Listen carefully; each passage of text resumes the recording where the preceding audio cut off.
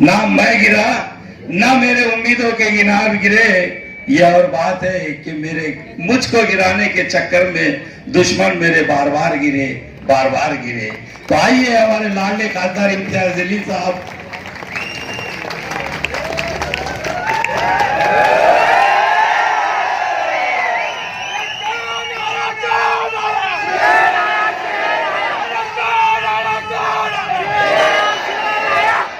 अस्सलाम वालेकुम वरहमतुल्लाहि वबरकातुहू।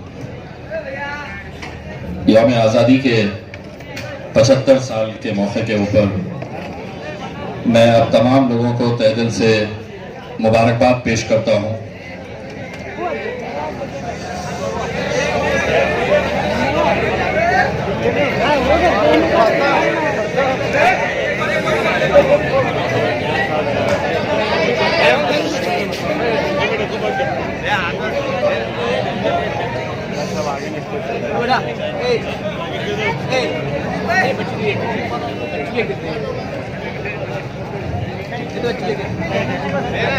ये मंजर इस मुल्क की हुकूमत में देखना चाहिए था कि जब तिरंगा आया तो उस तिरंगे को हासिल करने के लिए नौजवानों का जोश देखिएगा कि कैसा है कि ये तिरंगा मेरे हाथ में आना चाहिए।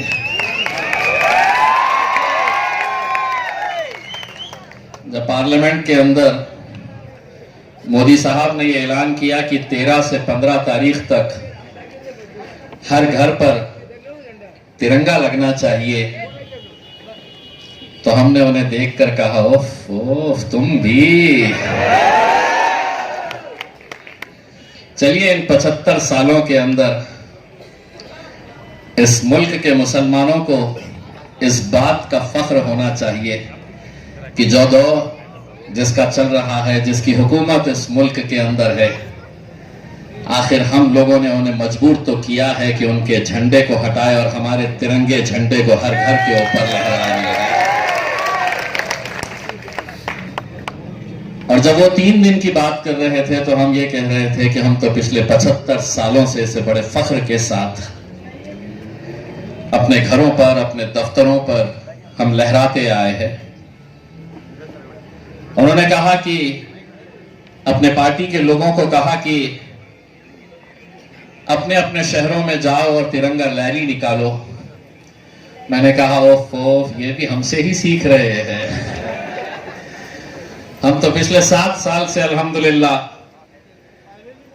अपनी गाड़ियों के ऊपर तिरंगा लहराते हुए शहर की गलियों गलियों तक हम जाते हैं, ये पैगाम देने के लिए ये मुल्क से हम कितनी मोहब्बत करते हैं। और मुल्क से मोहब्बत करना ये हमारे मजहब ने हमें सिखाया है, और उस मजहब पर चलते हुए मुल्क से मोहब्बत, मुल्क से वफादारी कैसी करनी चाहिए, जब ये इस्लाम धर्म ने हमको सिखाया है, इस्लाम मजहब ने हमको सिखाया है, तो हम पिछले 75 सालों से वो काम करते आ रहे हैं और इंशाअल्लाह आगे भी करते रहेंगे। आज यकीनन ये मुल्क एक ऐसे दौर से गुजर रहा है कि जहां पर बार बार हमको वफादारी का सबूत देना पड़ता है। अभी कुछ देर पहले एक मीडिया वाले ने मुझसे कहा कि आपके दफ्तर के ऊपर 12 झंडे आपने लगाए हैं। मैंने कहा अगर एक भी नहीं लगाता तो मेरा क्या उखाड़ लेता तो, क्योंकि ये झंडे हमने अपने घरों के ऊपर नहीं, अपने दफ्तरों पर नहीं, अपने दिल में इस तिरंगे को हमने बसाया है। हमारी वफादारी वो लोग आज मांग रहे हैं जिन्होंने 52 साल इस तिरंगे को हाथ नहीं लगाया था। 52 सालों के बाद अपने आरएसएस के हेडक्वार्टर के ऊपर मुल्क की आजादी कब हुई थी, लेकिन उन 52 सालों के बाद उन्होंने तिरंगा अपने दफ्तर के ऊपर लहराया, और आज वो हमारे पास गिनती करते घूम रहे हैं कि किसने लगाया किसने नहीं लगाया। जिसने लगाया हम उसको सलाम, और जिसने नहीं लगाया उसे भी हम सलाम करते हैं, क्योंकि यकीन मानिए अगर उसने अपने घर के ऊपर तिरंगा नहीं लगाया है तो उसका दिल और उसका सीना चीर के देखो तो तुम्हें तिरंगा नजर आएगा। हमें ये नखली 2 दिन 3 दिन के लिए नहीं कि 3 दिन के लिए लगाओ तो तुम देशभक्त हो गए। ये देशभक्ति का सबूत सर्टिफिकेट हमें किसी से लेने की जरूरत नहीं है। दोस्तों, आज पिछले 7 सालों से हम जो तिरंगे की रैली निकालते हैं औरंगाबाद में, आज भी हम निकालने जा रहे हैं। मैं तमाम नौजवानों से यह अपील करना चाहूंगा कि जिनके गाड़ियों के ऊपर तिरंगा लगा है, उस तिरंगे का एहतराम करिए। कहीं गलती से अगर झंडा गाड़ी के ऊपर से गिर गया तो गाड़ी रोकिए, क्योंकि हमारे तिरंगे की बेहुरमती नहीं होनी चाहिए। आज हमारे ऊपर यह नजर रखी जाती है कि किसने लगाया किसने नहीं लगाया करके। मुल्क में जैसा मौलाना साहब ने कहा, डॉक्टर साहब ने कहा, बहुत जरूरी है अहम मुद्दे, उनके ऊपर भी सरकार को ध्यान देने की जरूरत है।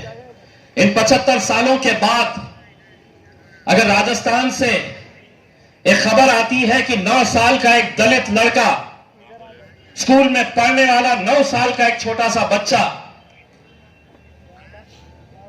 एक ऊंची जात के टीचर का पानी का हंडा स्कूल में रखा हुआ है, वो बच्चा अपनी प्यास बुझाने के लिए उस ऊंची जात के टीचर का जो पानी का हंडा था उसमें से जाकर वो पानी पी लेता है, अपनी प्यास बुझाता है, तो वो ऊंची जात का टीचर इतना आग बबूला हो जाता है, उसे इस तरह से बुरी तरह से पीटता है कि वो 9 साल के बच्चे की जान चले जाती है, वो मर जाता है। क्या आजादी इसलिए हासिल की गई थी कि हम आजादी के 75 सालों के बाद ऊंची जाति नीची जाति का भेदभाव, ये लड़ाई आज भी जिंदा है। जब मुल्क आजाद हुआ, बाबा साहब अंबेडकर जी ने संविधान बनाया, तो उसी संविधान के अंदर कोई ऊंचा नहीं है, कोई नीचा नहीं है। ये मुल्क जितना नरेंद्र मोदी का है, उतना ही अधिकार और उतना ही इख्तियार इम्तियाज जलील का भी इस मुल्क के ऊपर है। कोई बड़ा कोई छोटा नहीं है। लेकिन आज बार बार हमसे वफादारी का जो सबूत मांगते हैं, कहीं ना कहीं आज उन्हें यह तिरंगा रैली के जरिए हमें दिखाना है। मुझे नासिर भाई ने अभी बताया कि अलग अलग पार्टियों के तिरंगा रैली निकली है, किसी में 25 थे तो किसी में 50 थे। जब हम सड़कों पर निकलेंगे तो सड़कों पर हमारे सरों का समंदर देखने को मिलेगा, जो तिरंगा लहराते हुए निकलेंगे। मेरी सिर्फ आप नौजवानों से अपील है कि कोई ऐसी हुल्लड़बाजी ना करे, कोई गलत तरह के कोई नारे ना लगाए। आज यौम आजादी का 75वां साल हम मना रहे हैं और उसे पूरी शान के साथ, पूरे जोश के साथ, पूरे जज्बे के साथ आप हमारे साथ चलिएगा। मैं इस मौके के ऊपर हमारे जो जिला सदर थे समीर साजिद साहब, उनका तहे दिल से शुक्रिया अदा करता हूं कि 2 दिन पहले ये तय हुआ कि पिछले कई सालों से हम जो झंडा वंदन का कार्यक्रम लेते हैं वो इस बार भी दारुसलाम के ऊपर लेंगे, और 2 दिन के अंदर उन्होंने दारुसलाम को जिस तरह से सजा दिया है, मैं समझता हूं कि समीर भाई के लिए भी आप तालियां बजाकर उनका स्वागत कीजिए। शारिफ नक्शबंदी साहब, हमारे पार्टी के दूसरे जितने भी ओहदेदार हैं, अभी फिलहाल औरंगाबाद शहर के अंदर कोई बॉडी नहीं है। मैं तमाम आप लोगों को कहूंगा कि जो लोग काम कर रहे हैं, इंशाअल्लाह 2 दिनों के अंदर हम वो बॉडी का ऐलान भी करेंगे औरंगाबाद के अंदर। हम अभी एक पार्टी की तरफ से एक हमारी इंडस्ट्री की एक कामगार यूनिट भी हम शुरू करने जा रहे हैं, ताकि जितने इंडस्ट्रीज है यहां पर, उनको हमारे नुमाइंदे जाएंगे और ये बताएंगे कि अब इस इंडस्ट्री के ऊपर ये नौजवानों को भी नौकरी मिलनी चाहिए।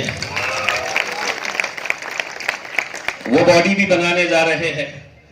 मैं 2 दिनों में इंशाल्लाह प्रेस कॉन्फ्रेंस लेके हम ये तमाम नई बॉडी का ऐलान करेंगे। और आप जिसे चाहते हैं,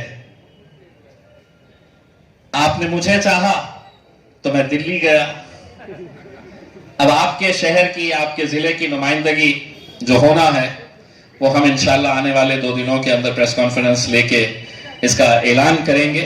बस आप लोग हमारे साथ तिरंगा रैली के लिए निकलिएगा, कहीं कोई हुल्लड़बाजी ना हो, इसका ख्याल रखिएगा। बहुत बहुत शुक्रिया।